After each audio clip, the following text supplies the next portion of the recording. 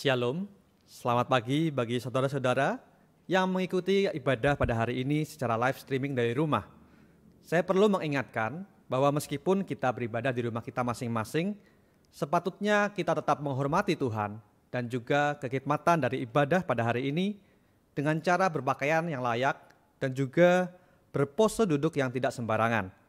Karena dimanapun kita berada, kita tahu bahwa Tuhan selalu melihat kita. Sekarang saya undang kita semua untuk dapat bangkit berdiri. Kita masuk ke dalam saat teduh.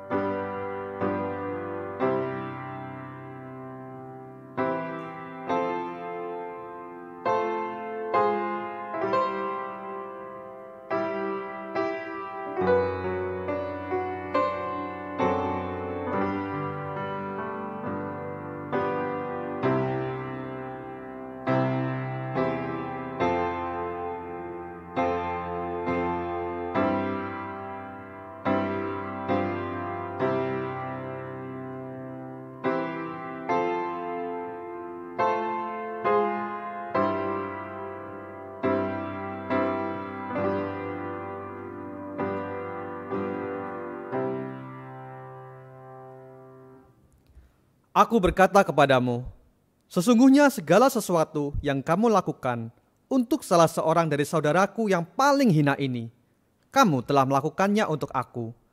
Kebaktian ini dimulai dalam nama Allah Bapa, Allah Anak, dan Allah Roh Kudus. Sambil tetap berdiri, marilah kita meninggikan Tuhan dengan menyanyikan lagu, Pujilah Hai Jiwaku.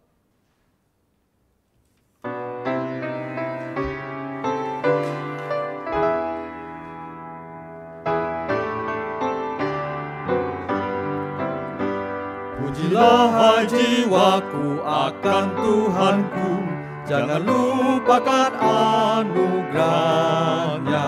Dia yang mengampuni segala dosamu, sembuhkan penyakitmu. Besar anugerahnya, besarlah anugerahnya, berkelimpahan tak terduga. Besar anugerahnya, Tuhan pun memberi mahkota kepadamu dengan rahmat kemuliaannya, memuaskan hatimu dengan kebaikan, memberi kekuatan selalu. Besar anugerahnya, besarlah anugerahnya, berkelimpahan tak terduga. Besar anugerahnya, setinggi dan jauh langit di atas bumi, sekian besar kasih setianya. Bagai Bapa sayang anak-anaknya, Tuhan pun sayang kita. Besar anugerahnya, besarlah anugerahnya, berkelimpahan tak terduga. Besar anugerahnya. Mari kita berdoa. Ya Tuhan, kami mengucap syukur bahwa pada hari ini sekali lagi kami diberikan anugerah untuk dapat menikmati beribadah dengan Engkau. Ya Tuhan, kami rindu walaupun kami beribadah secara online, baik kami yang di rumah maupun kami yang ada di sini Tuhan, kami dapat sungguh-sungguh menghayati kesungguhan dari ibadah hari ini. Dan kami rindu Tuhan lewat pujian-pujian yang kami naikkan, kemudian firman Tuhan yang akan disampaikan Tuhan. Kiranya Engkau menjadi pusat dari segala sesuatunya. Kami akan memulai ibadah ini Tuhan, di dalam nama Tuhan Yesus Kristus, haleluya, amin. Silakan duduk saudara. Kristus sudah menebus dosa kita, yang akhirnya sekarang memampukan kita semua untuk dapat beribadah kepada Allah Tritunggal. Mari kita mengekspresikan rasa syukur kita kepada Tuhan, terutama kepada karyanya dengan menyanyikan lagu Juru Selamat yang Ajaib.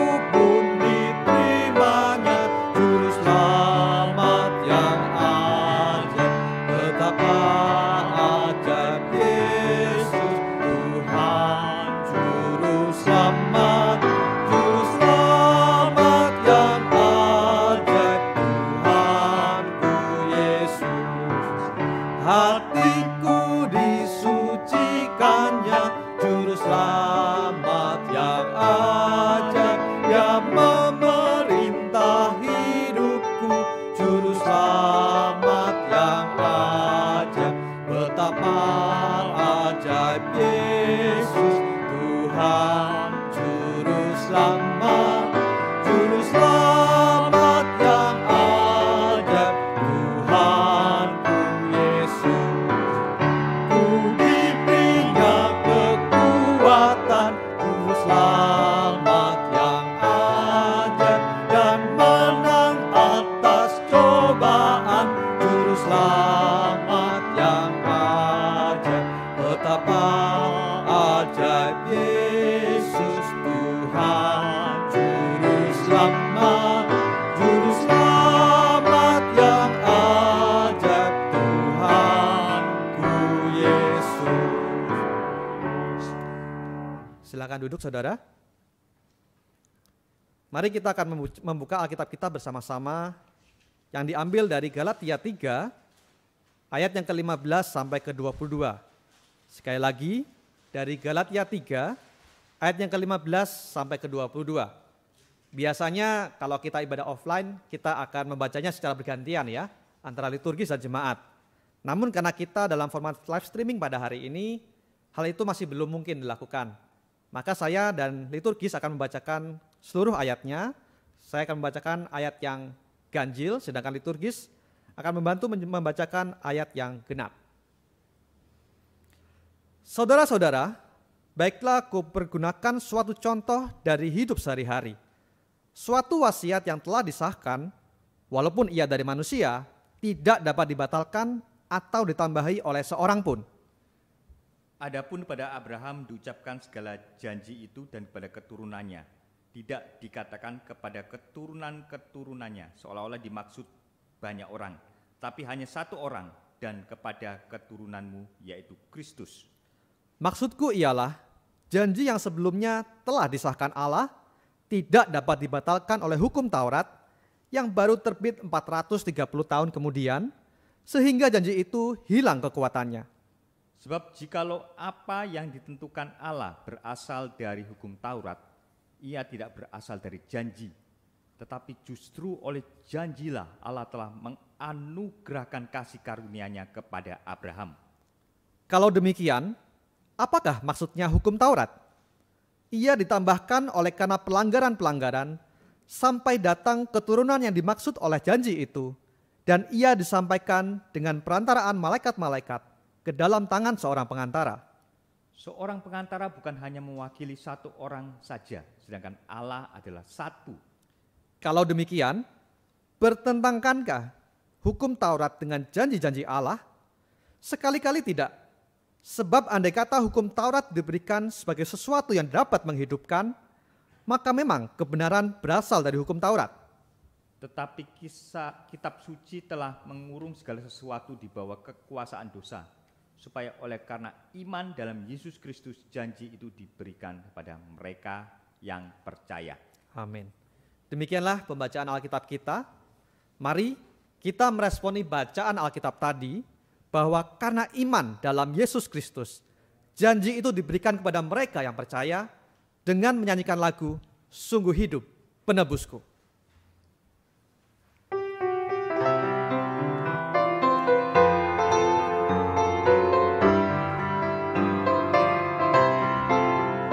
Sungguh hiduplah penebusku dan ini pun di dunia.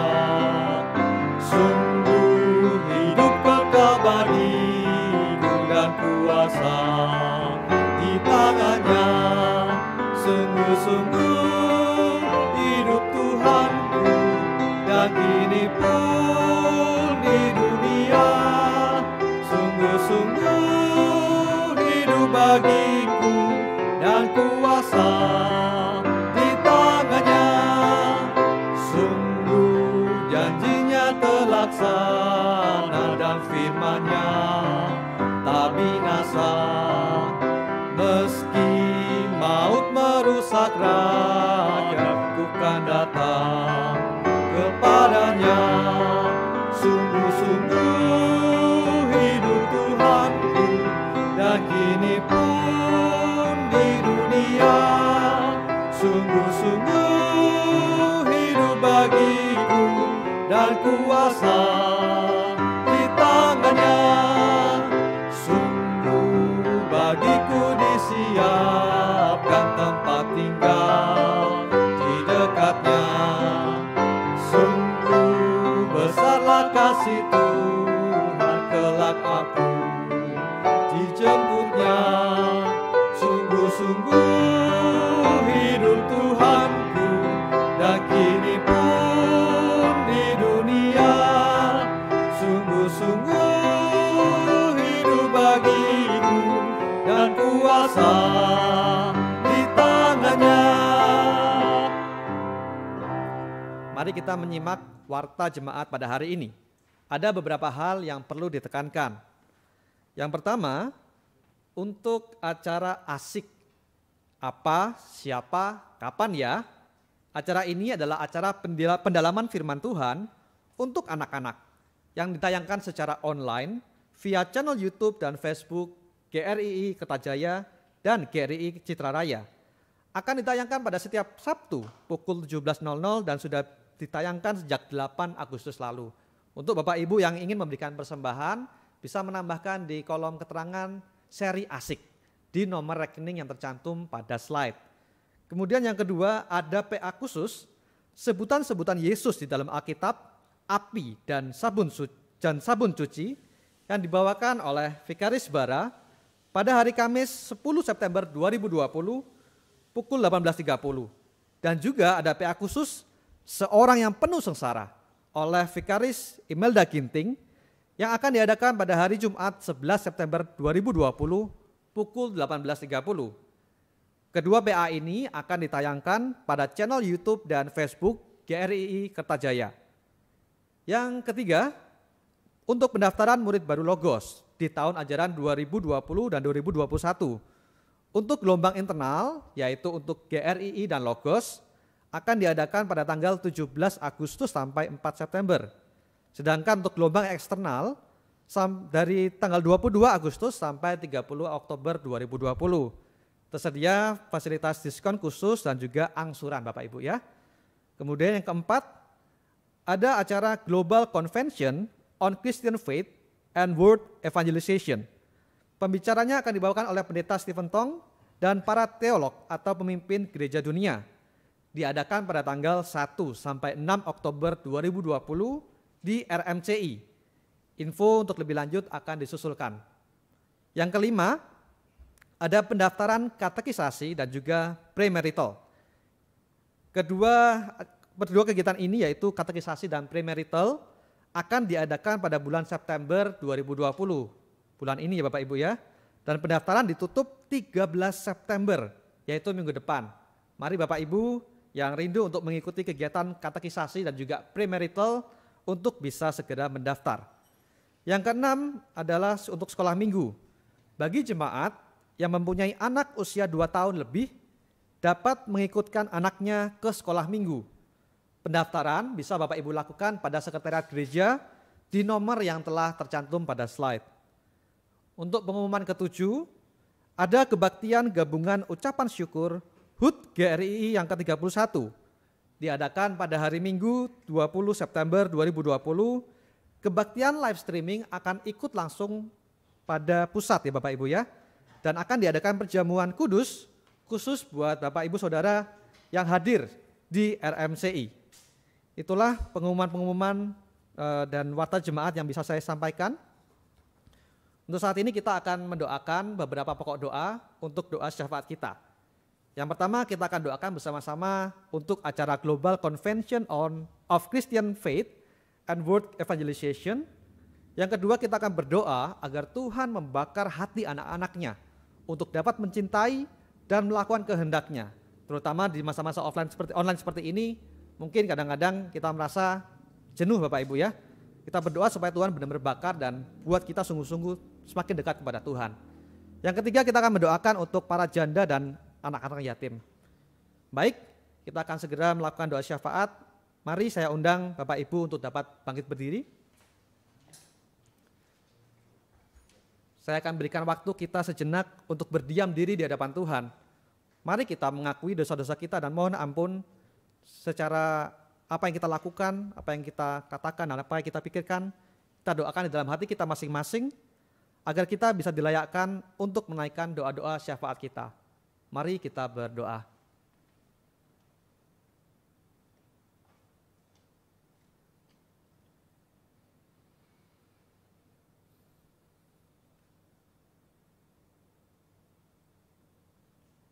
Amin. Kita akan mendoakan untuk pokok doa yang pertama, yaitu untuk acara Global Convention of Christian Faith and World Evangelization. Mari kita doakan bersama-sama. Ya Tuhan, kami mendoakan untuk acara Global Convention of Christian Faith and World Evangelization. Kami rindu Tuhan dalam setiap acara yang diadakan dapat benar-benar Tuhan memberikan dampak kepada jemaat, dapat membangkitkan kembali Tuhan iman kami kepada Engkau, dan kami dapat disegarkan dan dikuatkan Tuhan. Kami mendoakan buat para pembicara yang ada, kiranya Tuhan dalam mempersiapkan materi, dalam mereka juga mempersiapkan segala sesuatunya, Kau berikan hikmat dan sukacita Tuhan, sehingga dalam apa yang mereka sampaikan, firman itu sungguh-sungguh hidup, dan kemuliaan-Mu dapat terus-menerus Tuhan dipancarkan lewat kegiatan pada hari ini Tuhan. Dan juga kami rindu Tuhan buat setiap panitia yang ada, berikanlah hikmat Tuhan, sehingga dapat mempersiapkan dari awal sampai akhir dengan baik. Terima kasih ya Tuhan, dalam nama Tuhan Yesus Kristus, haleluya. Kita akan mendoakan pokok doa yang kedua, yaitu kita berdoa agar Tuhan membakar hati anak-anaknya untuk dapat mencintainya dan melakukan kehendaknya. Mari kita berdoa. Ya Tuhan, kami rindu Tuhan, kami rindu agar Engkau memberikan api-Mu kepada kami, Kau bakar hati kami, Kau bakar semangat kami Tuhan, sehingga walaupun kami melakukan segala sesuatu secara online mungkin Tuhan, kami dapat sungguh-sungguh ditumbuhkan, kami dapat sungguh-sungguh mencintai Engkau lebih lagi dan firman dan kebenaran-Mu Tuhan. Kami rindu Tuhan, ketika kami sudah mendengarkan itu juga Tuhan, kami diberikan kekuatan untuk dapat melakukan kehendak-Mu, panggilan-Mu Tuhan, di dalam setiap kehidupan kami masing-masing. Engkau pakai kami anak-anak-Mu Tuhan, sehingga dapat menjadi berkat Tuhan, dimanapun kami berada. Terima kasih ya Tuhan, di dalam nama Tuhan Yesus Kristus, haleluya. Yang ketiga, kita akan mendoakan bersama-sama untuk para janda dan anak-anak yatim. Mari kita berdoa. Ya Tuhan, kami rindu untuk mendoakan Tuhan para janda dan anak-anak yatim. Mungkin di masa-masa pandemi seperti ini Tuhan, mereka menghadapi kesulitan yang lebih lagi. Tetapi kami rindu Tuhan, sehingga Engkau memberkati mereka dan menggerakkan kami anak-anak-Mu Tuhan, untuk dapat membagikan kasih-Mu, berbagi kasih kepada mereka, dan melakukan aksi nyata Tuhan untuk saling membantu sesama kami. Kami rindu Tuhan dalam hal-hal yang tidak kami dapat bantu, dalam pertumbuhan iman mereka juga Engkau tetap tumbuhkan Tuhan, sehingga mereka dapat terus bergantung dan berserah kepada-Mu saja.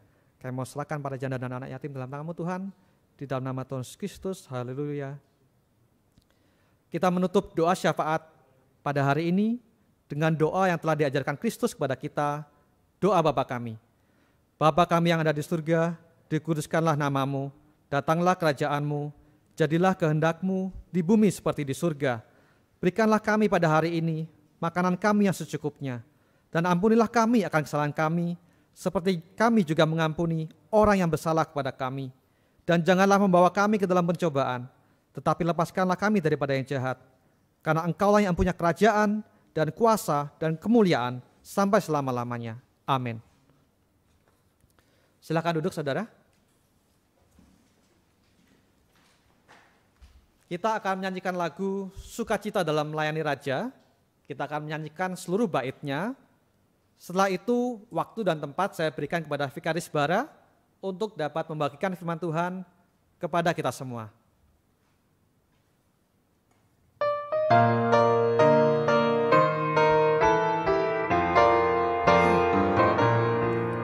Ku bersukacita kerja bagi Dia, Raja atas segala raja. Hatiku penuh sukacita damai, sebab bekerja bagi Dia. Ku mau persembahkan semua, bekerja bagi Raja. Ada sukacita damai, sebab bekerja bagi Dia. Ku bersukacita kerja bagi Dia, Raja atas segala raja.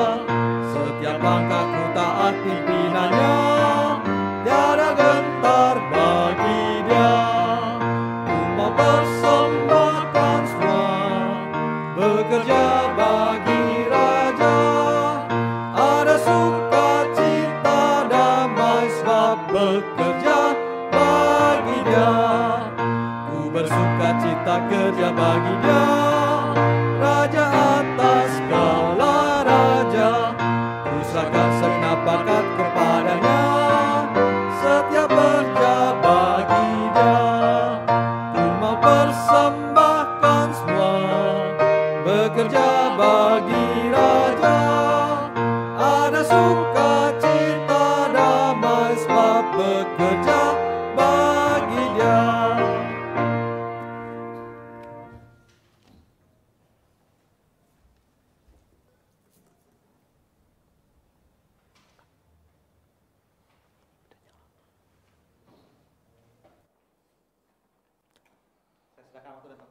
Vikaris Bara.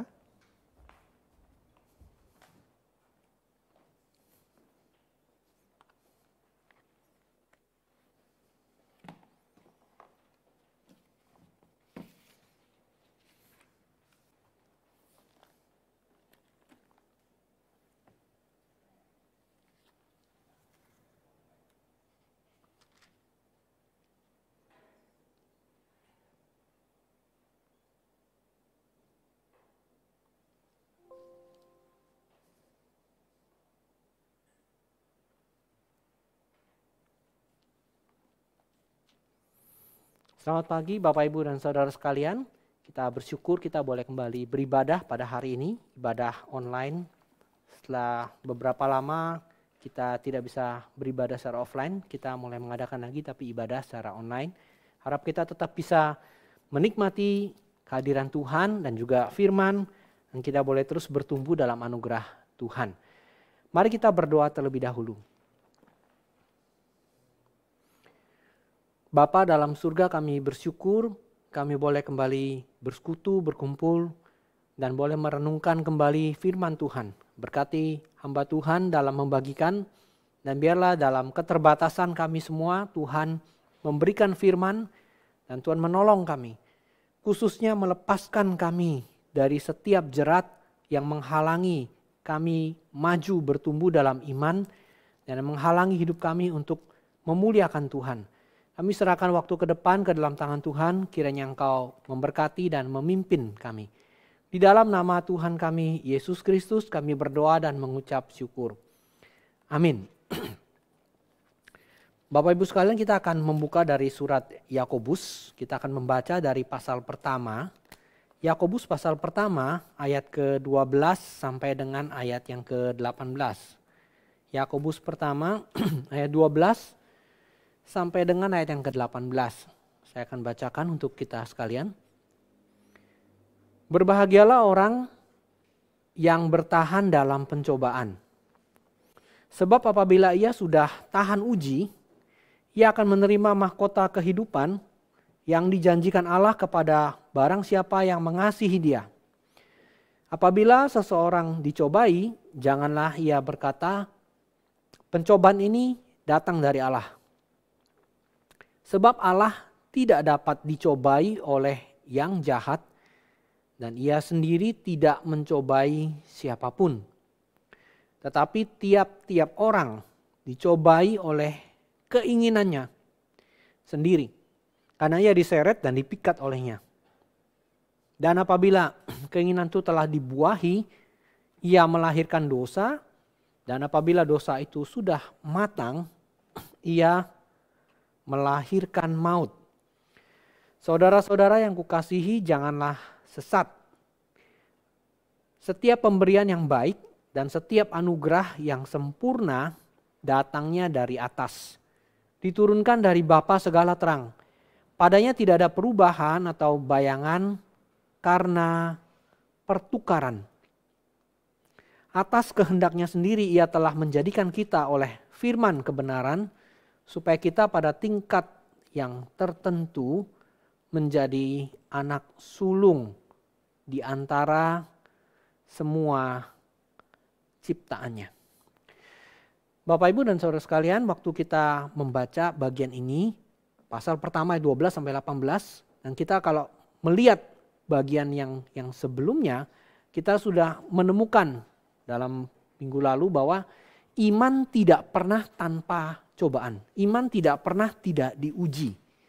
Jadi tidak mungkin seseorang beriman dalam keadaan lancar terus. Dia pasti akan mengalami ujian. Iman itu harus dites. Tidak ada orang waktu menjadi seorang percaya, dia akan free terus, dia akan bebas terus tanpa cobaan. Sama seperti tidak ada orang yang sekolah tidak pernah mengalami ujian. Dia akan naik kelas, dan untuk naik kelas dia harus mengalami ujian. Dan setiap kali dia dicobai, setiap kali dia diuji, nanti kesulitannya akan bertambah daripada yang sebelumnya. Ujiannya akan bertambah. Nah Bapak Ibu, waktu kita membaca di Alkitab ini, berbagai orang yang bertahan dalam pencobaan sebab apabila dia sudah tahan uji. Nah kalau kita menemukan kata pencobaan dan ujian atau pencobaan yang muncul dalam kitab Yakobus, ini kalau kita baca seluruh kata ini di dalam bahasa aslinya itu kata yang sama. Jadi sama sekali bukan kata yang berbeda. Nah, tetapi di sini dikatakan Allah tidak dapat dicobai oleh yang jahat, dia sendiri tidak mencobai siapapun. Itu kata aslinya sama, perasmos ya. Jadi akar katanya sama. Dicobai dan menguji itu sama. Lalu kita mulai timbul pertanyaan, betulkah Tuhan tidak pernah dicobai dan betulkah Tuhan tidak pernah mencobai siapapun? Nah Bapak Ibu, kalau kita membaca Alkitab kita akan menemukan Tuhan dicobai kok. Betul, Tuhan dicobai. Kalau kita baca dalam Injil Matius, di dalam waktu Tuhan Yesus usai dibaptis pasal keempat ayat pertama, dicatat jelas sekali, maka Yesus dibawa oleh Roh ke padang gurun untuk dicobai iblis. Katanya sama kok. Ya, jadi dia dicobai oleh iblis. Lalu kemudian juga kalau kita menemukan dalam Ibrani pasal kedua ayat ke-18, Ibrani pasal kedua ayat ke-18 ya. Kalau kita baca juga dicatat. Sebab oleh karena ia sendiri telah menderita karena pencobaan, maka ia dapat menolong mereka yang dicobai. Jadi ayat ini bisa menimbulkan kebingungan bagi kita. Karena di sini dikatakan Allah tidak dapat dicobai oleh yang jahat. Ia sendiri tidak dicobai oleh siapapun. Tapi dari yang tadi kita baca dari kitab Ibrani ataupun kitab Matius, kita menemukan, oh Tuhan dicobai loh. Tapi kok di sini bilangnya enggak? Nah apakah Alkitab bertentangan satu dengan yang lain? Itu menjadi masalah yang pertama. Lalu yang kedua, waktu berkaitan dengan soal pencobaan ini, dikatakan Tuhan tidak mencobai. Tuhan tidak mencobai siapapun. Betul, Tuhan tidak mencobai. Tapi memang Tuhan juga menguji. Nah Bapak Ibu, kalau kita membaca di dalam Injil Yohanes, ya, Injil Yohanes pasal ke-6, ayat ke-5 sampai dengan ayat yang ke-6. Ya. Injil Yohanes pasal ke-6, ayat ke-5 sampai ayat ke-6. Nah uniknya setiap kata ujian ataupun pencobaan, di Alkitab tuh akar katanya tuh gak ada perbedaan, sama semua. Jadi Tuhan mencobai? Enggak. Tapi bagaimana dalam pasal 6 ayat 5 sampai 6? Dikatakan demikian ya, ketika Yesus memandang sekelilingnya dan melihat bahwa orang banyak berbondong-bondong datang kepadanya, berkatalah ia kepada Filipus, di manakah kita akan membeli roti supaya mereka ini dapat makan? Hal itu dikatakannya untuk mencobai dia. Nah, Ini bahasa Indonesia menggunakan kata mencobai. Mencobai Filipus. Tadi katanya Allah tidak pernah mencobai, lucu ya. Untuk mencobai dia. Sebab ia sendiri tahu apa yang hendak dilakukannya. Kalau terjemahan lain mengatakan untuk menguji dia. Karena ia sendiri tahu apa yang hendak dilakukannya. Dan kalau kita membuka lagi dari kitab Ibrani, kita juga menemukan hal yang mirip, yang lain lagi ya. Ibrani pasal 11 ayat ke-17. Ini dikatakan demikian ya. Karena iman, maka Abraham tatkala ia dicobai. Siapa yang mencobai Abraham? Siapa yang mencobai Abraham? Mempersembahkan Ishak. Ia yang telah menerima janji itu rela mempersembahkan anaknya yang tunggal. Nah, Bapak Ibu, di dalam ayat yang tadi kita baca, waktu Tuhan Yesus mencobai Filipus dan Abraham dicobai. Memang terjemahan Indonesia bilangnya benar-benar ngikutin bahasa asli, dicobai. Tapi terjemahan bahasa Inggris mengatakan tested, diuji. Jadi Tuhan Yesus menguji Filipus, tetapi di sini Abraham diuji. Nah, akar katanya semua sama, perasmos. Jadi ini bisa menimbulkan kebingungan kepada kita ya, kebingungan. Benar gak sih? Nah, kalau kita baca misalnya 1 Petrus pasal ke-4 juga muncul lagi kata yang sama ya, kata yang mirip. 1 Petrus pasal ke-4 ayat 12 sampai dengan ayat yang ke-17. Nah, dikatakan saudara-saudara yang kekasih, janganlah kamu heran akan nyala api siksaan atau misalnya fiery trial, pencobaan api. Jadi when it comes upon you, waktu itu datang atas kamu sebagai ujian. Nah, jadi ada kata pencobaan, ada kata siksaan, datang sebagai ujian. Seolah-olah hal yang luar biasa terjadi atas kamu dan seterusnya. Lalu kemudian muncul ayat yang ke-17 dikatakan, karena sekarang telah tiba saatnya penghakiman. Jadi ada cobaan, ada api siksaan, ada ujian, kemudian ada penghakiman. Ini juga mirip katanya ya, kata ujian. Penghakiman itu dimulai pada rumah Allah sendiri. Rumah Allah yang pertama harus dihakimi. Dan kalau penghakiman itu dimulai daripada kita, bagaimana dengan mereka yang tidak percaya? Jadi Bapak Ibu, di dalam kalimat-kalimat ini semua kita menemukan ujian dan pencobaan di dalam kata aslinya itu sama. Jadi pada dasarnya semua bentuk ujian itu adalah pencobaan. Kalau seorang Kristen itu diuji, dia itu dicobai. Nah, tetapi dikatakan di Yakobus tadi kan Tuhan tidak pernah mencobai atau menguji seseorang. Nah, Bapak Ibu, ini bisa menimbulkan kebingungan. Nanti kita perlu menjelaskan akan hal ini ya. Bagaimana mungkin ya kalau Tuhan tidak pernah menguji atau mencobai seseorang, kejahatan dan dosa kok bisa ada di dalam dunia? Ya, ini saya mesti minta tolong ya, ini matikan alarmnya, mungkin bisa diserahkan ya. Saya agak lupa. Ya, oke. Bapak Ibu dan saudara sekalian, Tuhan tidak pernah mencobai atau menguji seseorang. Tapi bagaimana kalau Tuhan tidak pernah mencoba menguji, kok bisa ada kejahatan dan dosa? Bagaimana mungkin Tuhan menciptakan segala sesuatu yang baik? Ya kan ciptaan Tuhan semuanya baik. Bisa muncul kejahatan atau dosa dari hal itu. Berarti kan kita mesti bertanya, apakah Tuhan menciptakan barang cacat? Kok bisa muncul kejahatan dari situ? Kalau Tuhan tidak menciptakan barang yang cacat, dan itu adalah barang yang baik, dan kita ciptaan adalah ciptaan yang baik, kok bisa muncul kejahatan dan dosa? Nah, ini artinya kalau kita percaya bahwa ciptaan Tuhan itu baik, berarti keberadaan dosa dan kejahatan sekalipun itu merupakan bagian dari ketetapan Tuhan. Nah, ini menjadi sesuatu hal yang lebih rumit untuk kita terima. Karena Tuhan berdaulat atas segala sesuatu, termasuk atas dosa. Sehingga dosa nggak mungkin ujuk-ujuk atau tiba-tiba muncul dengan sendirinya. Dosa itu pasti sudah ada dalam rencana dan ketetapan Tuhan. Gitu kan? Dia memerintah dan mengarahkan semua orang berdosa. Pasti. Dan salah satu hal yang Tuhan arahkan, yang Tuhan tetapkan atas orang berdosa adalah penyalipan Tuhan Yesus. Betul kan? Tidak mungkin Tuhan Yesus bisa disalibkan dengan sendirinya kalau Tuhan nggak tetapkan. Tetapi untuk penyalipan Tuhan Yesus berarti kan sudah ada orang yang melakukannya. Berarti ada orang itu yang ditetapkan. Kalau kita membaca di dalam Kisah Para Rasul pasal 4 ayat 27 dan 28. Ya, 27 dan 28 dikatakan, sebab sesungguhnya telah berkumpul di dalam kota ini Herodes dan Pontius Pilatus beserta bangsa-bangsa dan suku-suku bangsa melawan Yesus, hamba-Mu yang kudus yang Engkau urapi. Tapi dikatakan ayat 28, untuk melaksanakan segala sesuatu yang telah Engkau tentukan dari semula oleh kuasa dan kehendak-Mu. Jadi Bapak Ibu, kalau kita baca ayat ini kita menemukan Herodes, Pontius Pilatus, bangsa-bangsa dan suku bangsa Israel yang melawan Tuhan Yesus itu untuk melaksanakan yang telah Tuhan tentukan. Kurang tegas apa ayat Alkitab?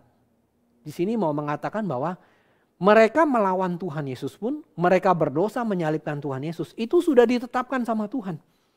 Oleh kuasa dan oleh kehendak Tuhan. Jadi itu memang maunya Tuhan.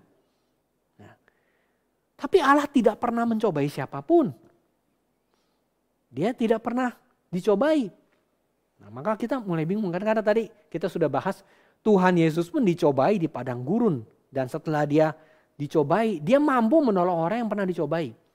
Nah, Tuhan kita bukan Tuhan yang cuma kasih perintah tapi sendirinya gak pernah menjalankan. Dia bukan cuma Tuhan yang memberikan kepada kita instruksi dan sebagainya, tapi dia sendiri gak pernah lakukan. Waktu dia menyuruh kita untuk melawan godaan, dia sendiri sudah pernah mengalami godaan. Nah, tapi kok Yakobus catat kalau Tuhan tidak pernah dicobai. Nah, Bapak Ibu, pencobaan ya, atau ujian atas hawa nafsu kita. Nah, itu dia. Itu adalah sesuatu hal yang boleh dikatakan nafsu ya. Jadi nafsu atau keinginan itu adalah sesuatu yang normal. Yang memang Tuhan berikan. Tuhan berikan kita nafsu makan misalnya ya. Tuhan berikan kita nafsu seksual. Dan Tuhan memberikan kita misalnya keinginan akan uang. Pada dirinya sendiri nafsu itu nggak salah. Jadi keinginan untuk makan itu nggak salah.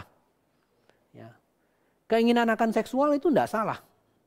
Nah, tetapi yang menjadi salah adalah kalau itu sudah melampaui yang Tuhan tetapkan. Misalnya lapar. Lapar memang harus makan.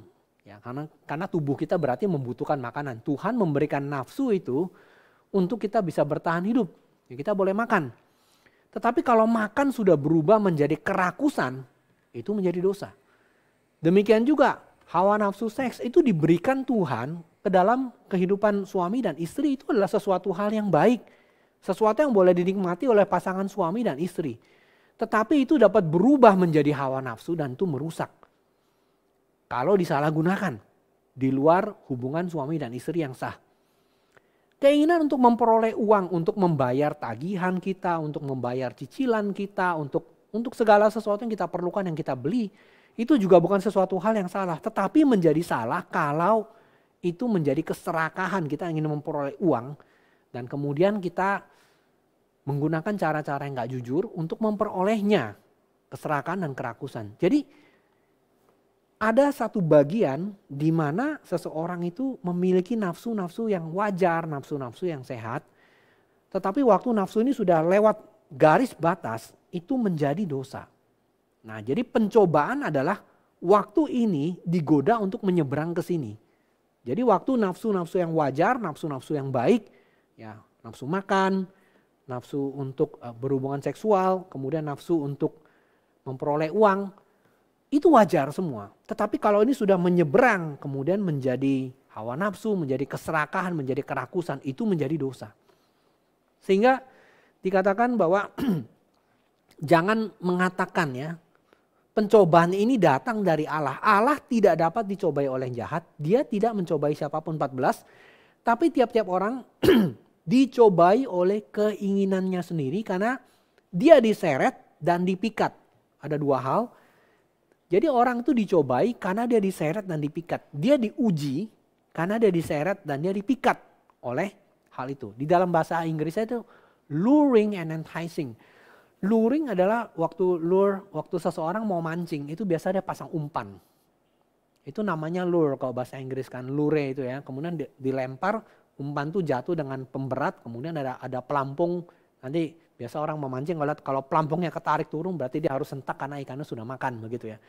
Lure itu adalah umpan. Jadi bisa juga diterjemahkan mengumpan dan memikat.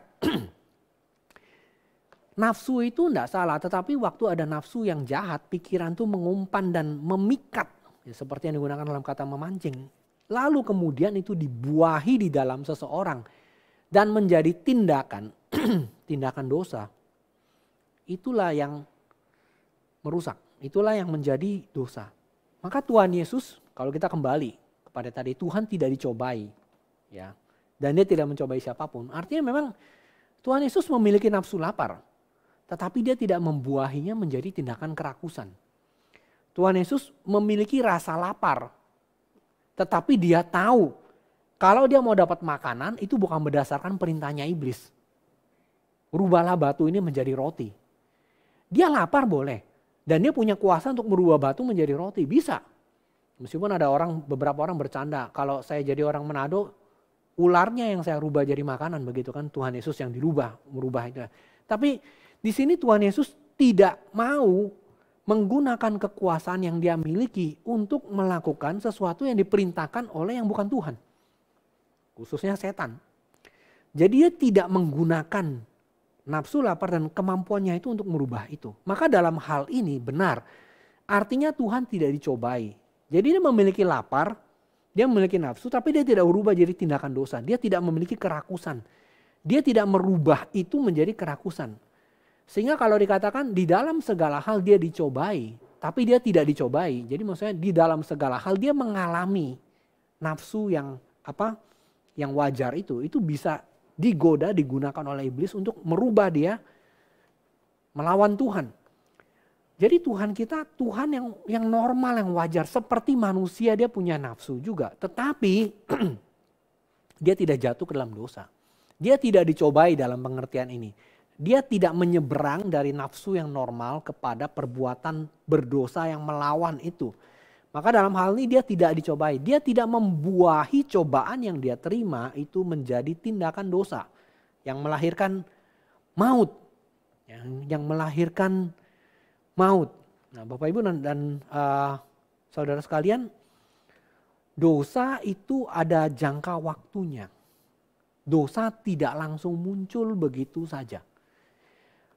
Dosa itu adalah dimulai dari hawa nafsu kita yang wajar, kemudian digoda oleh si jahat, dan kemudian setelah dia mencoba sekian lama, dan kemudian orang melakukan itu terus menerus tanpa pertobatan sampai akhir hidupnya, dia akan berakhir pada kematian, melahirkan maut, melahirkan dosa, dosa matang melahirkan maut. Jadi ini adalah kata bahasa Indonesia yang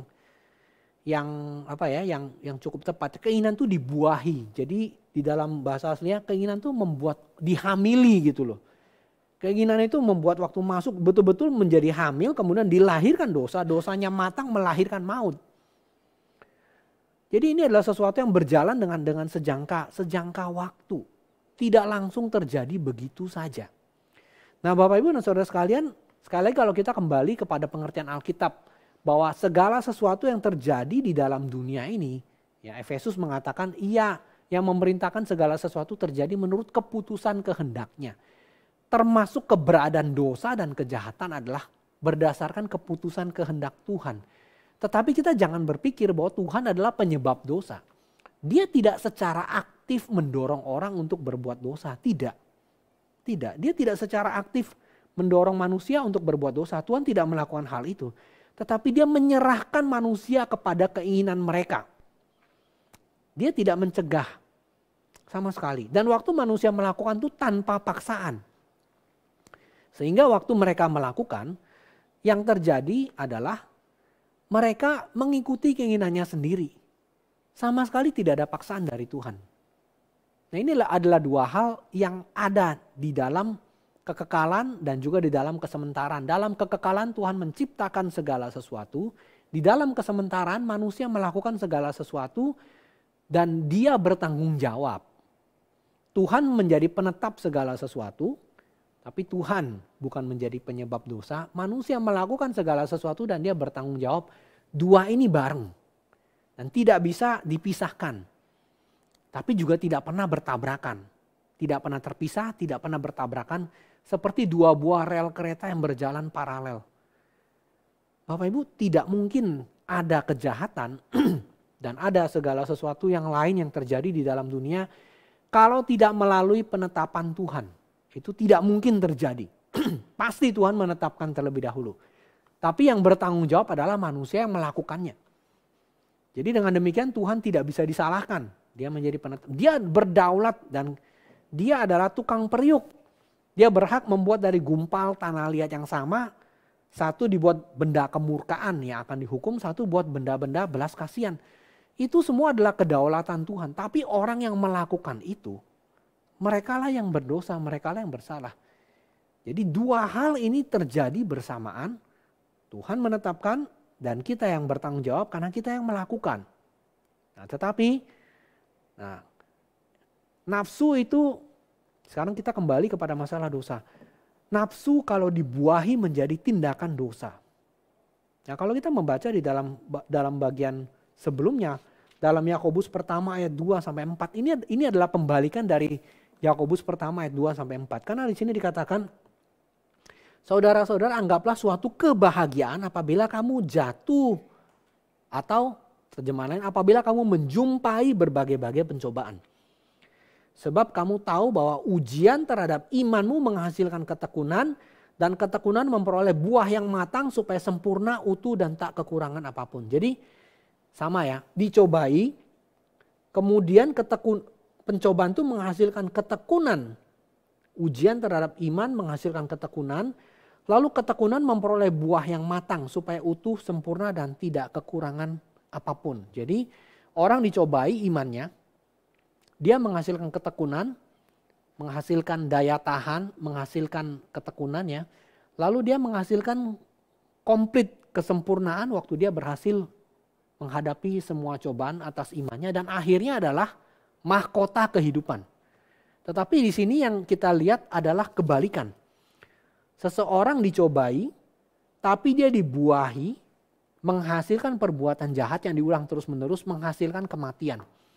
Jadi ada dua perbandingan.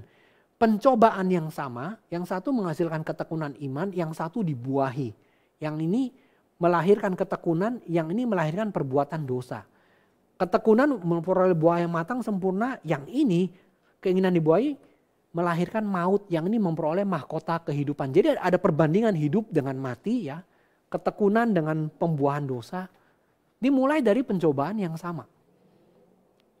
Jadi kita sekali lagi kita melihat Tuhan tidak mencobai siapapun. Dia menguji semua orang. Tapi mengujinya dengan pencobaan. Dia tidak mencobai siapapun. Jadi ada yang mengatakan begini. Perbedaan antara ujian dengan pencobaan adalah motivasi di baliknya. Tuhan waktu menguji seseorang, dia mau orang itu naik kelas. Setan waktu mencobai seseorang, setan kan dipakai sama Tuhan. Ya. Tujuannya adalah agar orang itu jatuh. Dalam kasus Ayub, Tuhan tahu Ayub itu emas murni. Mau dicobai kayak bagaimanapun dia akan bertahan. Jadi pembuktian. Ya, bukan semacam ujian gitu ya, semacam pembuktian. Setan waktu mencobai Ayub bukan untuk membuktikan Ayub itu emas murni, Ayub tahan uji. Setan waktu mencobai Ayub pengen membuktikan dia pasti bisa jatuh. Karena setan ngomong, Tuhan jagain dia sih, coba saya tarik anugerah. Coba Tuhan lepaskan anugerah yang menjaga dia. Dia masih memuji Tuhan apa enggak? Kalau misalnya harta bendanya ludes, anaknya mati, tubuhnya sakit, dia masih bisa gak memuliakan Tuhan? Dikasih kan pencobaan itu kan. Tapi bagi Tuhan, enggak, silakan kamu lakukan. Nyawanya di tangan saya ya. Tapi itu akan membuktikan bahwa Ayub itu bertahan. Jadi waktu Tuhan menguji atau membuktikan seseorang, tujuannya bukan untuk menjatuhkan. Motivasinya berbeda. Silakan, ini akan membuktikan kemurnian dia. Atau ini akan membuat dia makin naik kelas. Dia akan makin suci, makin sempurna, makin lengkap bagian yang dulunya. Nah sekali lagi Yakobus mencatat kepada kita bahwa iman yang sejati itu nggak mungkin nggak diuji. Ya, Filipi juga mengatakan kepada kita dikaruniakan bukan cuma untuk percaya tapi juga untuk menderita. Jadi Bapak Ibu, pencobaan itu bukan masalah bakal terjadi atau tidak, tapi kapan. Bukan masalah bakal terjadi, pasti bakal terjadi. Cuma kapan dan bentuknya seperti apa, beratnya seperti apa kita nggak tahu. Nah Tuhan pasti akan menguji kita. Dan dia akan mulai dari ujian-ujian yang lebih kecil, kemudian ujian yang lebih besar. Maka kita lihat sini ada perbedaan waktu di bagian pertama ayat 2 sampai 4 itu ada iman yang diuji dan di bawah itu ada nafsu yang dibuahi.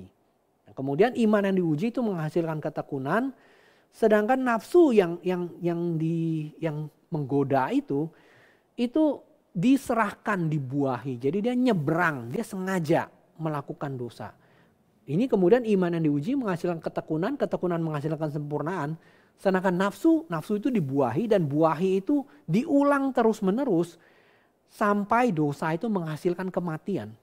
Sedangkan ini kesempurnaan itu akhirnya membawa kepada mahkota kehidupan. Jadi ada dua jalur di sini yang muncul Bapak Ibu. Nah maka dosa memiliki akibat.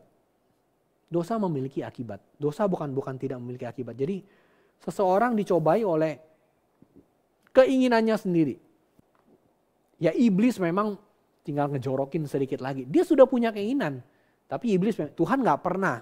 Iblis yang sengaja mendorong kita untuk menjatuhkan itu. Bapak Ibu kalau kita, ini saya referensi kepada budaya pop ya.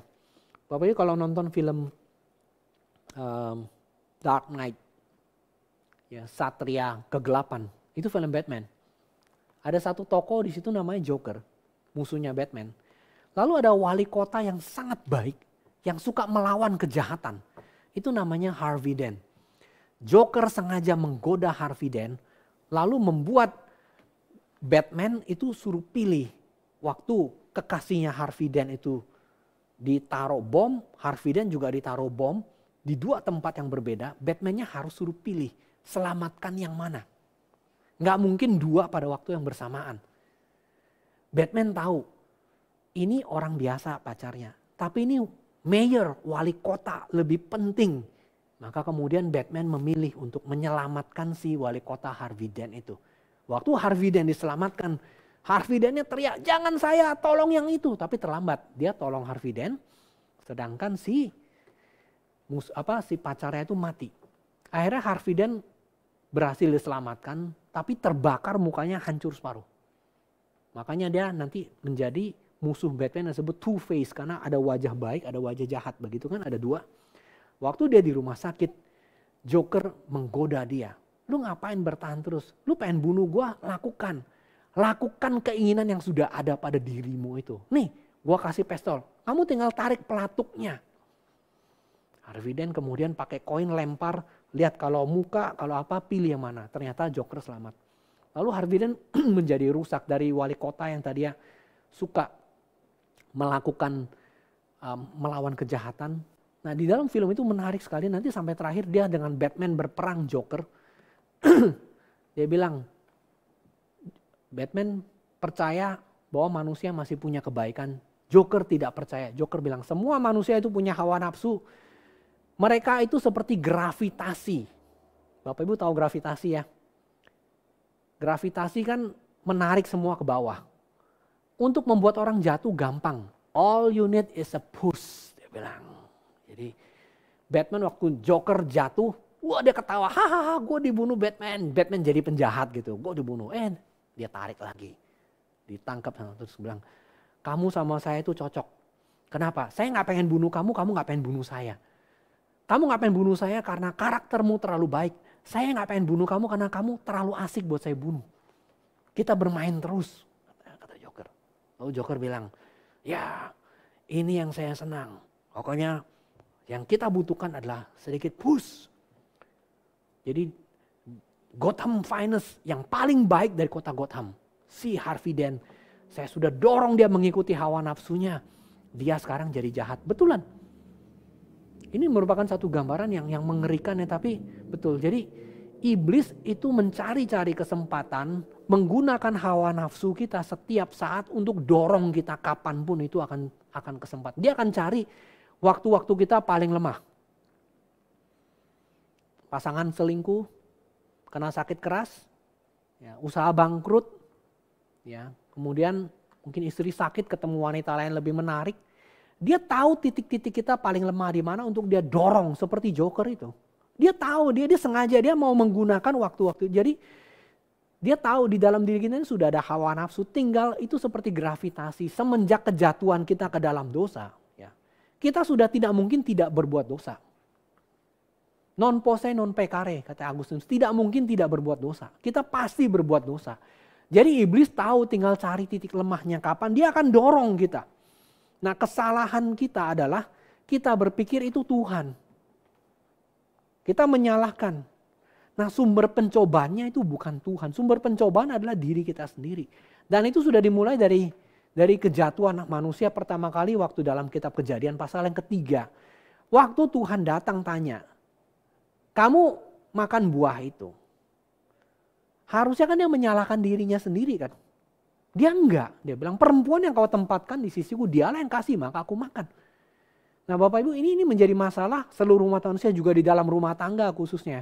Kalau ada yang salah, nggak mau ngaku. Dia cari orang lain. Demikian juga, kalau kamu dicobai, kamu sudah jatuh, jangan kamu bilang itu dari Tuhan. Sama-sama dicobai, sama-sama diuji. Tetapi ada dua yang Yakobus 1 ayat 2 sampai 4. Ujiannya menghasilkan ketekunan, sempurna, buah yang matang. Sedangkan yang satu lagi dibuahi, kemudian dilakukan terus-menerus dan menghasilkan kematian. Dari cobaan kecil kemudian menjadi pelanggaran besar. Nah, ada hamba Tuhan mengatakan hawa nafsu kita itu dipelajari, tidak terjadi secara langsung. Misalnya kita lapar gitu ya, air liur keluar. Terus kan kita makan, kita kenyang. Oh kita tahu, oh ternyata makanan tuh menyenangkan loh untuk memuaskan kelaparan kita. Lalu perilaku ini diulang-ulang sampai akhirnya kita tahu kita menginginkan makanan. Nah demikian juga dengan halnya dosa tidak terjadi secara langsung. Jadi ada pengulangan terus-menerus sampai menghasilkan kebiasaan. Kita melatih nafsu kita dan kita bisa melatih untuk hal yang salah. Misalnya orang sudah terbiasa dengan hal yang tidak wajar, hal yang berdosa ya. Dan dia tahu bagaimana mendapatkannya. Dia akan mengulanginya di kesempatan yang lain. Apalagi kalau hal itu menimbulkan kenikmatan biasanya begitu ya. Orang biasa menghindari hal yang menyakitkan dan dia mencari hal yang nikmat. Apapun yang nikmat akan dia ulangi. Apapun yang menyakitkan akan dia hindari. Di dalam dua bagian ini. Tetapi waktu ujian dari Tuhan justru tidak semua yang nikmat itu harus dinikmati terus. Kadang-kadang kita harus belajar untuk mencari hal yang menyakitkan. Karena Tuhan menginginkan hal itu. Nah, jadi waktu pilihan ini muncul, lalu kebiasaan kita yang lebih menyukai kenikmatan, kita akan pilih hal yang ini, yang lebih nikmat. Lalu waktu itu kita ulang terus-menerus, kita sudah terikat. Kita tidak bisa lepas lagi. Maka dengan demikian, kita membuahi keinginan kita terus-menerus. Kalau dalam kisah Joker, dia ngedorong orang push, gravity jatuh. Setan melakukan itu cuma satu kali. Cuma setelah orang itu jatuh, besok-besok setan gak usah jorokin lagi Bapak Ibu. Dia nyari sendiri. Kalau kita sudah pernah jatuh ke dalam dosa yang bagi kita nikmat, setan gak perlu godain kita lagi Bapak Ibu. Gak perlu. Besok-besok kita akan cari sendiri. Karena kita tahu hal itu kalau diulangi menyenangkan. Dan kita akan buahi terus-menerus. Anak kecil paling mengerti hal itu kan. Kalau bahasa Inggris, hands in the cookie jar. Tangan yang masuk ke dalam toples. Kan Bapak Ibu tahu ya, biasa kan toples itu kan kalau toples kue, lubangnya sempit, bawahnya kan lebar. Nah seringkali anak-anak bilang kalau udah makan toples kue itu baru boleh papa mama buka kalau papa mama kasih. Cuma kadang-kadang anak-anak itu kan yang dilarang itu yang dilakukan gitu kan. Waktu dia buka, dia masukin tangannya ke dalam toples, Dia mau genggam, dia nggak bisa keluarin karena kan serakah pengen mengambil semua. Tangannya terjepit di dalam. Nah ngomong-ngomong itu juga konon katanya cara beberapa orang di daerah tertentu untuk menangkap monyet. Saya kalau udah begini rasa kita semua kayak monyet Bapak Ibu ya. Jadi kelapa, batoknya dibolongin, isi kosong, diisi dengan kacang sampai penuh. Ada begitu banyak kelapa ditaruh di pertanian atau perkebunan. Nah monyet-monyet yang nakal yang suka mencuri itu seneng sekali lihat ada kacang. Nah tetapi monyet ini kan sekali lagi ini membuktikan evolusi itu nggak benar gitu. Mereka bertahun-tahun ketangkep dengan cara yang sama. Jadi bagaimana? Kelapanya ada, kacangnya di dalam, monyetnya masukkan tangan ke dalam lubang kelapa yang kecil itu. Dia genggam kacangnya. Nah kan sudah terbelenggu dia kan. Tapi tangan satu masih bebas. Lalu kemudian dia cari lagi tuh. Masih ada lagi kelapa yang lain. Jadi sambil ini dia nggak bisa tarik keluar untuk makan kacangnya. Dia cari lagi yang lain. Dia belenggu lagi. Nah itulah keinginan yang dibuahi. Lalu setelah itu ya ditangkap mereka. Itulah menghasilkan kematian. Kadang-kadang monyet kan ada orang tertentu yang makan juga kan. Mereka dengan dua tangan yang pegang kelapa itu ya. Udah nggak bisa lepas lagi. Nah Bapak Ibu, dosa itu ada seperti itu. Kita akan tumpul hawa nafsu kita, membuat kita berpikir kita aman. Inilah kecelakaan kita. Kita akan mengulangi terus-menerus kebiasaan kita yang menghasilkan kenikmatan, bahkan sekalipun itu melawan atau melanggar firman Tuhan. Karena kita tahu ini adalah sesuatu yang menyenangkan. Jadi masalahnya itu bukan di luar. Tuhan sih yang buat, bukan masalahnya di dalam. Saya punya hawa nafsu dan saya melakukannya terus-menerus. Lalu pembalikannya seperti apa? Pembalikan adalah juga melalui latihan. Bapak Ibu sekalian. Kalau kita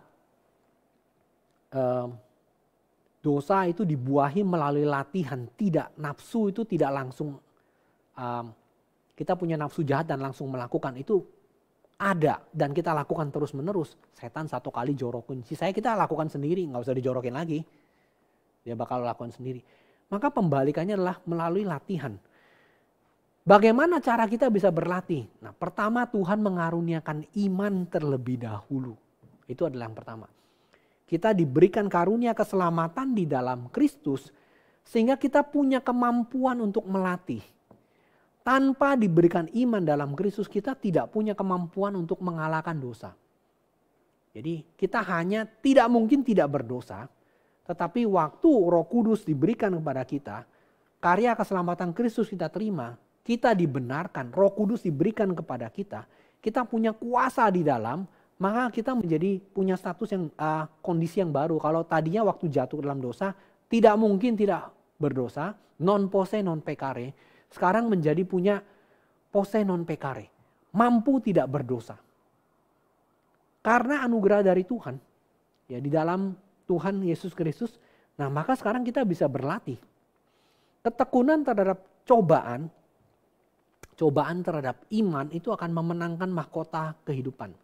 Nah di situ dikatakan Tuhan memberikannya kepada barang siapa yang mengasihi Dia. Jadi Tuhan memberikan kepada barang siapa yang mengasihi Dia.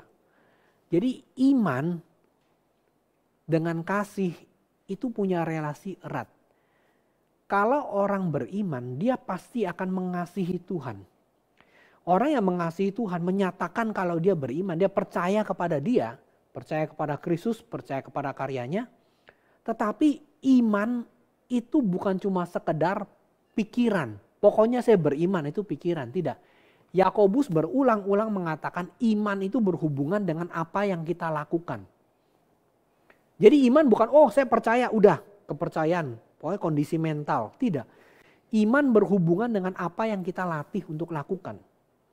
Nah, John Piper memberikan ilustrasi terhadap perang atas hawa nafsu ini bagaimana.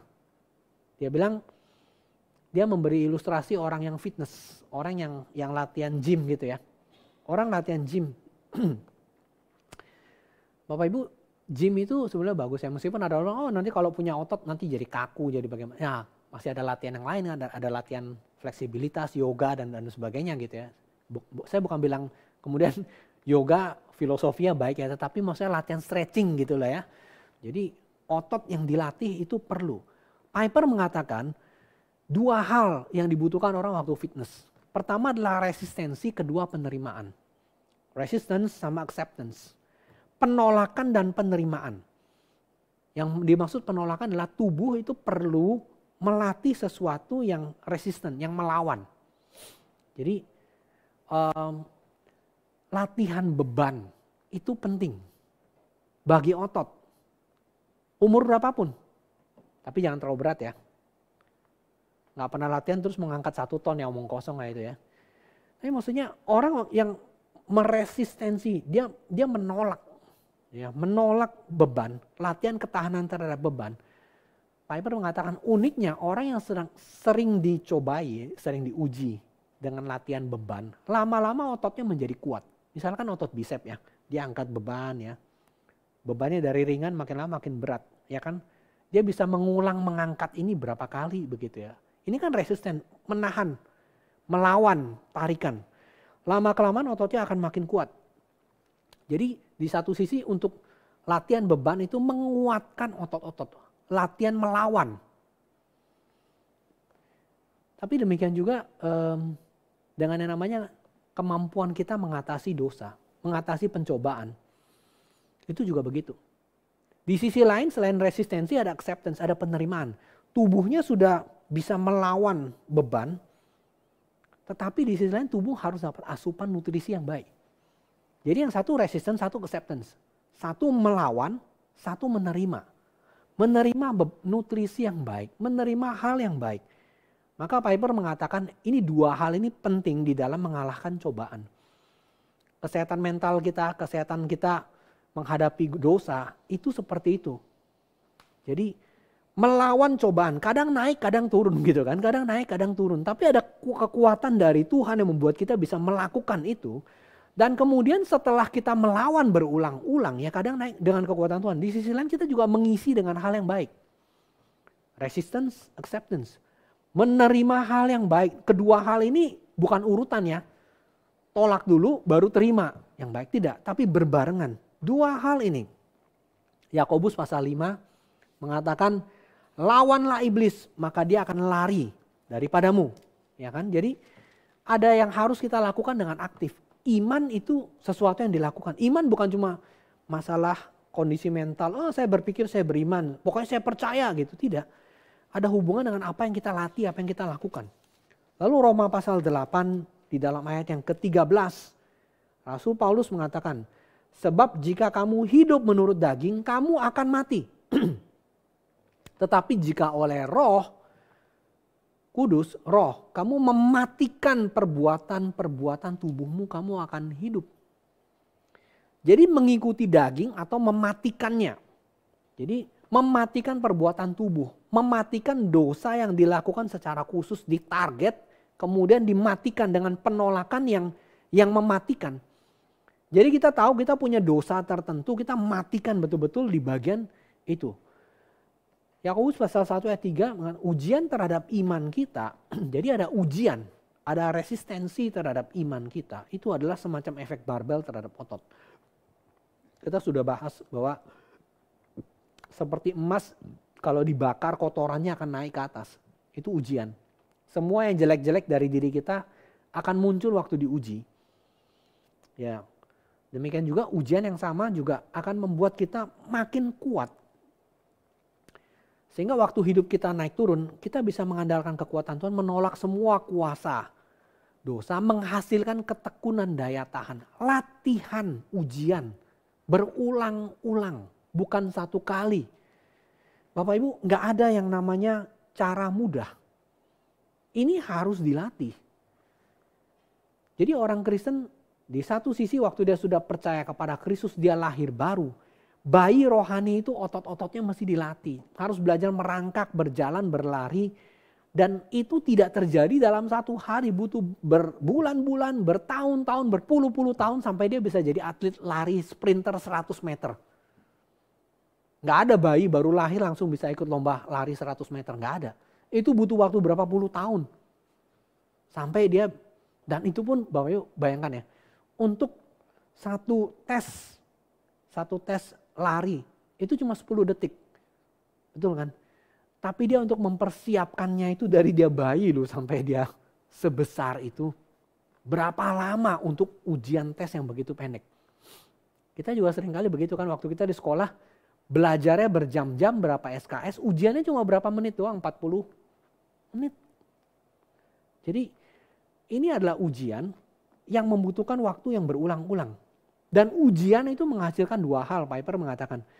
Cobaan yang lebih berat itu akan datang di masa depan. Tapi cobaan yang lebih ringan sudah bisa kita lewatin. Karena udah pernah menang. Udah pernah. Ya sama seperti kalau orang sudah terbiasa ngangkat barbel yang 5, ketemu yang 2 gak terlalu berat. Tapi nanti kalau dia sudah terbiasa dengan 5, akan naik lagi jadi 7,5 gitu misalnya. Jadi demikian juga misalnya godaan seksual. Ada gambaran, ada imajinasi dalam pikiran kita, hal-hal yang tidak baik. Kita mungkin waktu melihat atau memikirkan sesuatu, kita cuma punya waktu beberapa detik untuk menyerah. Atau menolaknya kuat-kuat dalam nama Tuhan Yesus. Mengarahkan diri kita pada semua janji Tuhan yang lebih indah. Kita cuma punya waktu berapa detik untuk melatih itu. Nah meskipun awalnya itu berat, itu akan menghasilkan buah kebenaran. Ini bukan sesuatu yang terjadi langsung. Latihan menolak resistance itu perlu berulang-ulang. Tapi juga masukan dari semua hal yang baik. Jadi resistance and acceptance. Ada yang kita tolak, ada yang kita terima. Ini gak terjadi dalam sehari. Dalam 2 Petrus pasal 1 ayat ketiga mengatakan, karena kuasa ilahiyah telah menganugerahkan kepada kita segala sesuatu yang berguna untuk hidup yang saleh. Oleh pengenalan kita akan Dia yang telah memanggil kita. Gak ada cara lain untuk kita menang, kita perlu mengenal Tuhan dengan lebih banyak. Tapi Tuhan sudah kasih. Tuhan sudah kasih Alkitab. Tuhan sudah kasih firman untuk kita baca. Jadi Tuhan telah memberikan segala sesuatu. Jadi pemberian itu sudah ada. Tinggal kita mau terima atau tidak. Tuhan sudah berikan, kita mesti latih, kita mesti terima. Keselamatan cuma terjadi 1 kali.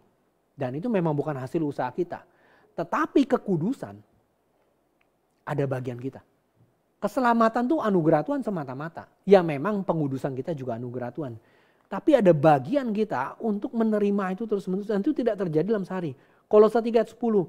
Mengenakan manusia baru yang terus-menerus diperbarui. Ini gambaran seperti orang menanggalkan pakaian yang lama terus pakai baru baju. Tanggalkan yang lama pakai yang baru terus-menerus untuk memperoleh pengetahuan yang benar. Akan pengetahuan yang benar menurut gambar khaliknya. Kita perlu mengenal Yesus Kristus. Mengenal jadi memakai baju yang baru, yang kekudusan tuh nggak bisa lain perubahan pikiran dengan pengetahuan mengenal siapa Yesus Kristus lebih lagi, maka perasaan dan pikiran kita akan dirubah. Ini nggak terjadi dalam sehari, Bapak Ibu.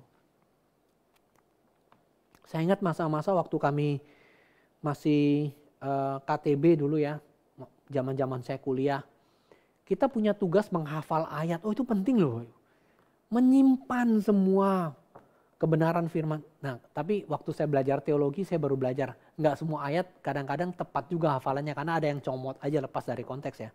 Tapi waktu kita mengerti ayat itu kemudian kita hafal. Wah, khususnya ayat-ayat yang berhubungan dengan kelemahan kita. Kita hafal. Kita simpan. Yang lama dibuang, yang baru masuk. Ada yang memberi contoh misalnya orang punya kelemahan seksual. 1 Tesalonika 4 ayat 3-5. Dia coba hafalkan. Karena inilah kehendak Allah, pengudusanmu, supaya kamu menjauhi percabulan. Supaya kamu masing-masing mengambil seorang perempuan menjadi istrimu sendiri. Hidup dalam pengudusan dan penghormatan. Bukan di dalam keinginan hawa nafsu seperti yang dibuat orang-orang yang tidak mengenal Allah. Ini ayat ini dibaca, terus disimpan, diulang, didoakan, diminta lagi.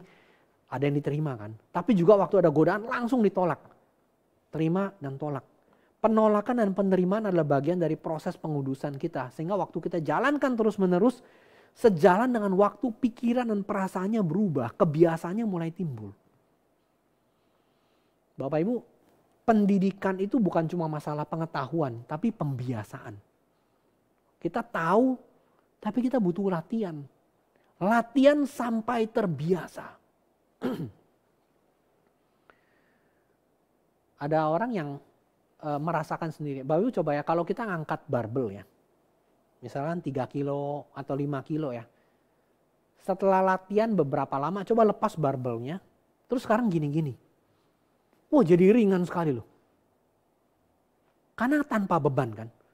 Ini karena kebiasaan sudah timbul. Dia terbiasa ngangkat yang berat sehingga waktu nggak ada dia jadi lebih ringan. Ya orang misalnya tinju latihan pakai barbel. Coba tinju pakai barbel. Angkat ya 3 kilo berapa. Lepas barbelnya tinju. Lebih cepat. Pasti. Setelah dia latih berapa lama. Maka Piper mengatakan inilah cara kita menang atas cobaan. Latihan. Ada yang ditolak, ada yang diterima. Nah, dan iman yang sejati. Nah sekarang pembalikannya ya Bapak Ibu ya. Iman yang sejati merubah cara kita melihat pencobaan. Melihat cara kita melihat pencobaan. Kita sudah bahas ya bahwa orang yang diberkati dengan pencobaan itu berbahagia. Kalau kita baca kata berbahagia itu muncul dalam 4 Mazmur ya. Berbahagialah orang yang tidak berjalan menurut nasihat orang fasik.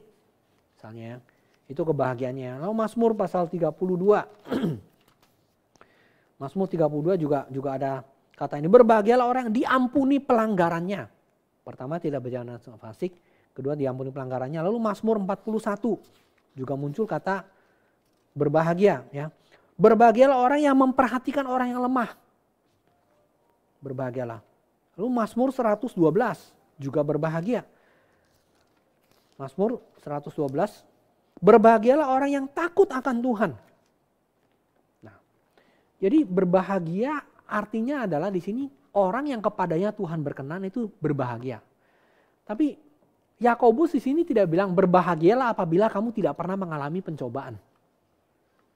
Nggak ada. Di sini dikatakan iman sejati sekali lagi bukan tanpa pencobaan. Perkenan Allah kepada orang itu bukannya orang nggak pernah mengalami pencobaan. Tapi perkenan Allah adalah waktu seseorang dicobai. Maka Bapak Ibu kalau kita dicobai itu artinya Tuhan berkenan. Kenapa? Tuhan pengen bikin kita naik kelas. Tapi jangan bilang pencobanya enak. Waktu datang itu nggak enak. Pencobaan yang dialami orang-orang pada zaman Yakobus itu asli nggak enak. Karena mereka mungkin dianiaya, mereka kehilangan pekerjaan. Ya selain hawa nafsu dan dosa mereka sendiri ya. Tapi yang harus diminta adalah bukannya bagaimana pencobaan dihilangkan. Tapi bagaimana kita bisa setia. Kalau hidup lepas dari pencobaan sama sekali, kita nggak ada ketekunan. Kita nggak ada buah yang matang Bapak Ibu. Kalau tubuh nggak pernah resistensi, otot jadi lemah.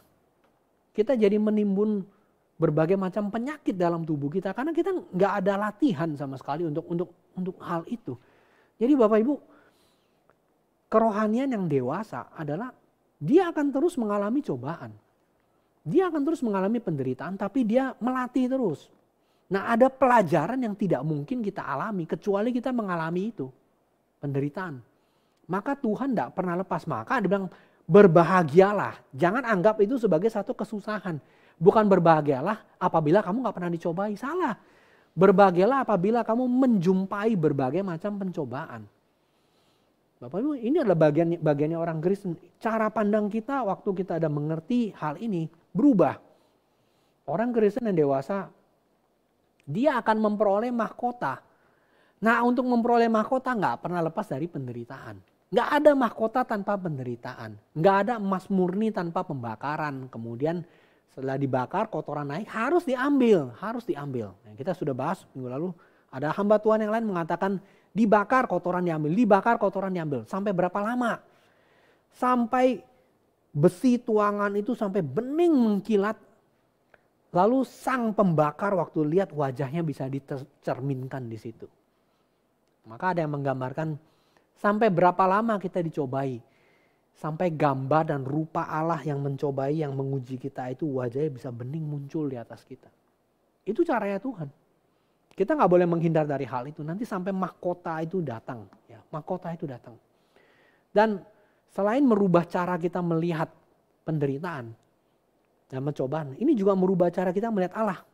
Tadi kita sudah baca dalam Yakobus Yakobus tadi mengatakan jangan kamu bilang Tuhan itu jahat. Tidak, Tuhan tidak jahat. Tiap orang dicobai oleh kehendaknya sendiri. Setiap pemberian yang baik, jangan sesat ya saudara. Pemberian yang baik itu anugerah yang sempurna datang dari atas. Jadi dengan demikian Tuhan itu bukan pembunuh kesenangan, bukan. Dia adalah pemberi semua yang baik, khususnya hidup yang kekal. Bapak Ibu, selalu ada hinaan atau ada ejekan dari orang-orang yang tidak beragama ya, orang yang ada orang yang model gini ya. Saya nggak ke gereja, saya nggak kemana-mana, pokoknya saya berbuat baik.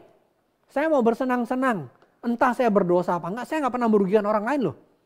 Kalaupun saya jatuh dalam hawa nafsu, saya cari uang, saya nggak ada ini, pokoknya saya berbuat baik. Jadi dia pikir kalau saya beragama, kalau saya pergi ke gereja, kalau saya dengar firman Tuhan, itu adalah sesuatu yang membunuh kesenangan saya. Tuhan bukan pembunuh kesenangan, tidak. Tuhan memberikan semua yang baik. Tipuan dari iblis selalu menggantikan hal itu. Racun disalut dengan dengan gula-gula. Dalamnya racun. Sedangkan makanan yang lebih enak rasanya mungkin lebih tawar dan lebih pahit begitu ya. Ini padahal baik untuk kesehatan. Unsur gizinya ada. Yang ini enggak, ini cuma gula yang menyalut racun. Akhirnya pertama dia kena diabetes, kedua dia keracunan begitu. Jadi iblis tahu sekali caranya menggantikan semua yang baik dari Allah dan bilang Tuhan itu pembunuh kesenangan, kamu gak bisa menikmati hal yang manis. Ini beracun tapi dia berikan. Yang ini lebih gak manis. Tapi Tuhan itu adalah pemberi semua karunia yang baik. Setiap hal yang baik, yang sempurna. Bapak Ibu, kalau kita bisa makan ya, kita bisa bersenang-senang, kita bisa jalan-jalan, kita bisa sehat, kita bisa bekerja. Kita masih punya udara untuk kita hirup. Tuhan memenuhi seluruh dunia ini dengan pemberian yang baik, yang sempurna. Maka kalau kita stop sebentar, mari kita berhenti mengakui ini semua pemberian yang baik, yang sempurna dari Tuhan. Berasal dari Tuhan, gak layak kita terima. Karena kita sudah jatuh dalam dosa. Nah, bukan saja pemberian itu dari Tuhan, Tuhan adalah terang. Gak ada kegelapan. Dia pasti kasih yang baik, dia adalah terang. Diturunkan dari Bapa segala terang. Kalau sudah baca ini kita ingat dalam penciptaan hari pertama, jadilah terang. Dari paling pertama dan benda penerang pada hari keempat. Tuhan menciptakan tuh, Allah itu gak pernah berubah. Dari dulu dia terang sampai sekarang dia terang. Dari dulu dia berikan yang baik sampai sekarang dia berikan yang baik. Maka cara pandang kita kepada Tuhan harus berubah. Dia jahat ya, saya dapat pencobaan. Enggak. Dia memberikan kita pencobaan itu ada tujuannya, dia baik. Dia memberikan hal yang baik. Dia membawa hal yang baik dengan firman-Nya. Dan jadilah terang. Terang itu jadi. Maka gak ada firman yang lebih penting. Semua firman penting ya, tapi gak ada yang lebih baik daripada berita Injil. Perkataan Tuhan. Manusia yang mati dibawa kepada hidup. Diterangi oleh hal itu. Gak ada hal yang lebih penting, yang lebih baik. Tuhan itu baik. Tuhan itu baik. Jadi atas kehendaknya dia menciptakan kita oleh kebenaran. Pada tingkat tertentu kita menjadi anak sulung dari semua ciptaan. Bapak Ibu, surat Petrus pasal pertama ayat 3 sampai dengan ayat 7 mengatakan ya. Terpujilah Allah dan Bapa Tuhan kita Yesus Kristus. Yang karena rahmat-Nya yang besar, dia baik ya. Melahirkan kita kembali oleh kebangkitan Yesus Kristus dari antara orang mati. Kepada suatu hidup yang penuh pengharapan. Penuh pengharapan. Untuk menerima satu bagian yang tidak dapat binasa, yang tidak dapat cemar, yang tidak dapat layu, yang tersimpan di surga bagi kita. Kurang baik apa Tuhan? Tuhan kasih semua itu. Yaitu apa? Yaitu kamu yang dipelihara dalam kekuatan Allah karena imanmu. Sementara kamu menantikan keselamatan yang tersedia dinyatakan pada zaman akhir. Bergembiralah akan hal itu. Sekalipun sekarang ini kamu harus berduka cita oleh berbagai-bagai pencobaan. Jadi ini sangat realistis, waktu dicoba itu gak enak, kita menderita. Tapi bergembiralah. Karena maksud semuanya itu ayat 7 ialah untuk membuktikan kemurnian imanmu yang jauh lebih tinggi nilainya daripada emas yang fana, yang diuji dengan api. Sehingga kamu beroleh puji-pujian dan kemuliaan dan kehormatan pada hari Yesus Kristus menyatakan dirinya. Jadi Bapak Ibu sekali lagi, hidup kita itu pasti akan diuji. Ini bukan masalah pasti terjadi apa enggak, kapan. Pasti akan teruji. Dan waktu diuji, bukan Tuhan jahat, Tuhan baik. Dan kalau kita sampai jatuh, jangan bilang Tuhan jahat. Itu kita mengikuti hawa nafsu kita sendiri apabila dibuahi menghasilkan maut. Tetapi Tuhan memberikan hal yang baik. Makanya aku bilang berbahagialah kamu apabila kamu jatuh bahkan ke dalam berbagai pencobaan. Setiap kali jatuh bangkit lagi. Dan kita kembali melawan. Terus menerus menolak semua yang jahat, menerima semua yang baik. Menyimpan semua firman Tuhan yang baik. Berlatih.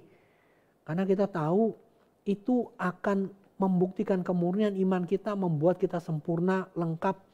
Kita akan dapat mahkota. Ini adalah sesuatu yang Tuhan berikan. Sesuatu hal yang baik. Kita bisa bersyukur kepada Tuhan. Dia baik. Akan datang pencobaan. Pasti akan datang. Tapi Tuhan baik. Dan kita perlu berlatih. Dan ada yang mesti dimatikan. Ada yang mesti dibuang. Ada yang mesti ditolak. Tapi juga ada yang harus diterima dari Tuhan. Kita mesti terima semua yang baik. Kiranya Tuhan menolong kita. Mari kita berdoa. Bapa dalam surga, kami tidak mungkin mengalahkan pencobaan dengan kekuatan kami sendiri. Kami perlu berlatih dengan kuasa dari Tuhan untuk melawan dengan teguh semua pencobaan. Tapi kami juga perlu memasukkan semua yang baik yang berasal dari Tuhan. Semua janji kebenaran firman Tuhan. Semua hal yang baik yang membangun iman kami yang paling dasar. Semua pencobaan kami ada jalan keluarnya. Biarlah kami boleh menyimpan semua firman Tuhan yang baik. Mengingatnya, mendoakannya, menghafalkannya.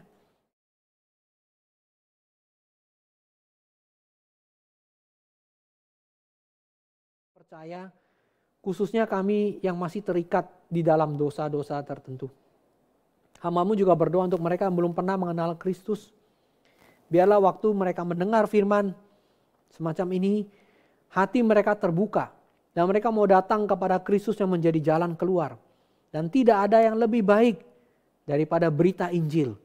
Karena berita Injil akan membawa kami yang mati dibangkitkan. Membawa kami yang berdosa dikuduskan, dibenarkan. Selamatkan kami Tuhan, kami bersyukur, kami berdoa. Di dalam nama Tuhan kami Yesus Kristus. Amin. Bapak Ibu sekalian, mari kita bangkit berdiri. Kita menyatakan pengakuan iman rasuli bersama-sama dengan semua orang percaya dari segala abad, segala tempat. Demikian.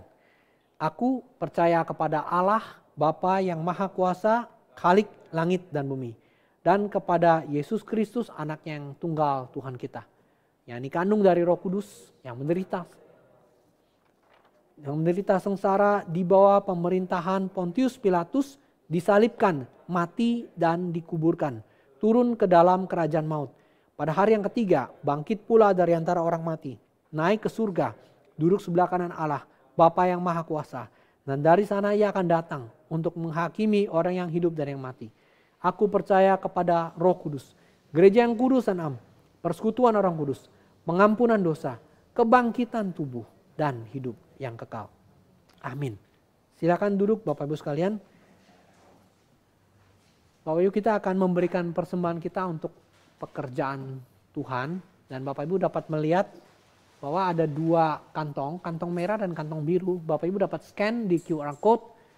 Kantong merah adalah untuk pekerjaan Tuhan yang rutin ya, yang dilakukan di GRI Kertajaya. Sedangkan kantong biru ini adalah minggu pertama. Hari ini kita akan mendukung penginjilan untuk GRI Pusat. Jadi Bapak Ibu di GRI Pusat ada hari ini kantong yang biru akan mendukung untuk pekerjaan penginjilan di GRI Pusat. Dan kita dapat memberikan dengan sukacita. Tapi bagi Bapak Ibu yang ingin memberikan transfer, dapat transfer ke nomor BCA yang tertera di bawahnya tapi dengan kode ya. Misalnya untuk bilang saja kantong merah atau kantong biru. Kantong merah, jadi kalau transfer kantong merah artinya untuk pekerjaan Tuhan rutin di GRI Kertajaya. Tetapi kantong biru adalah untuk mendukung pekerjaan penginjilan yang dilakukan di GRI Pusat. Mari kita memberikan persembahan dengan sukacita dan kita menyanyi lagu nomor 4. Sukacita dalam melayani Raja.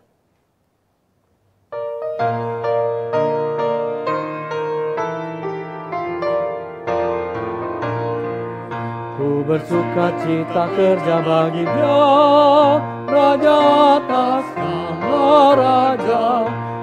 Ku penuh sukacita damai, sebab bekerja bagi Dia. Ku mempersembahkan semua, bekerja bagi Raja. Ada sukacita damai, sebab bekerja bagi Dia. Ku bersukacita kerja bagi Dia, Raja atas segala raja. Setiap langkahku taat pimpinannya, tiada gentar bagi Dia. Ku mempersembahkan semua, bekerja bagi Raja. Ada sukacita damai, sebab bekerja bagi Dia. Ketiga, ku bersukacita kerja bagi Dia, Raja atas segala raja. Ku serahkan segenap bakat kepadanya, setiap kerja bagi Dia. Ku mau persembahkan semua, bekerja bagi Raja. Ada sukacita damai, sebab bekerja bagi Dia. Mari kita berdoa untuk persembahan kita. Bapa di dalam surga, kami bersyukur boleh berbagian dalam pekerjaan Tuhan dengan memberikan persembahan. Baik untuk pekerjaan Tuhan rutin ataupun juga untuk pelayanan penginjilan. Kiranya Tuhan memakai semuanya dan Tuhan menolong kami mengelola dengan baik untuk pekerjaan dan kemuliaan Tuhan. Sekali lagi kami memohon, kami Tuhan pimpin untuk mempersembahkan bukan hanya uang kami, tapi juga seluruh hidup dan diri kami bagi Tuhan. Kami bersyukur dan kami berdoa di dalam nama Tuhan kami, Yesus Kristus. Amin. Kita akan mengembalikan seluruh kemuliaan kepada Tuhan dengan menyanyi doksologi dan kita akan memohon berkat dari Tuhan. Saya mengundang kita untuk bangkit berdiri. Mari kita menyanyi doksologi, mengembalikan seluruh kemuliaan kepada Tuhan.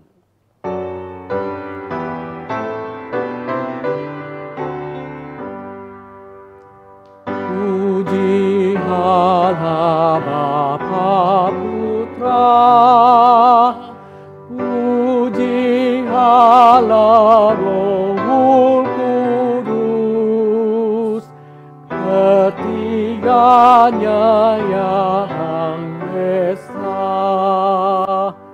Mohon selamat sumber berkat.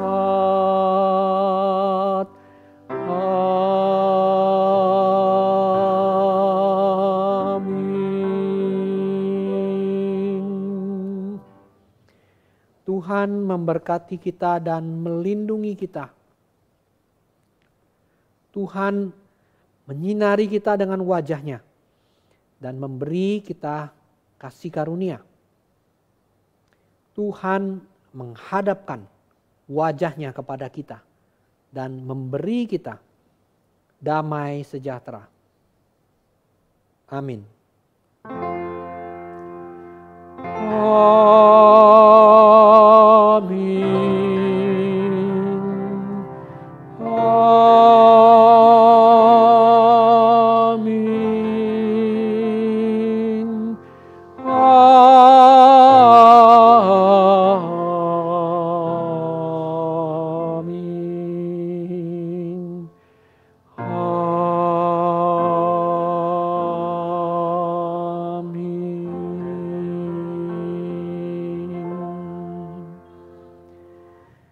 Silakan duduk, doa teduh dan ibadah kita selesai. Tuhan memberkati kita.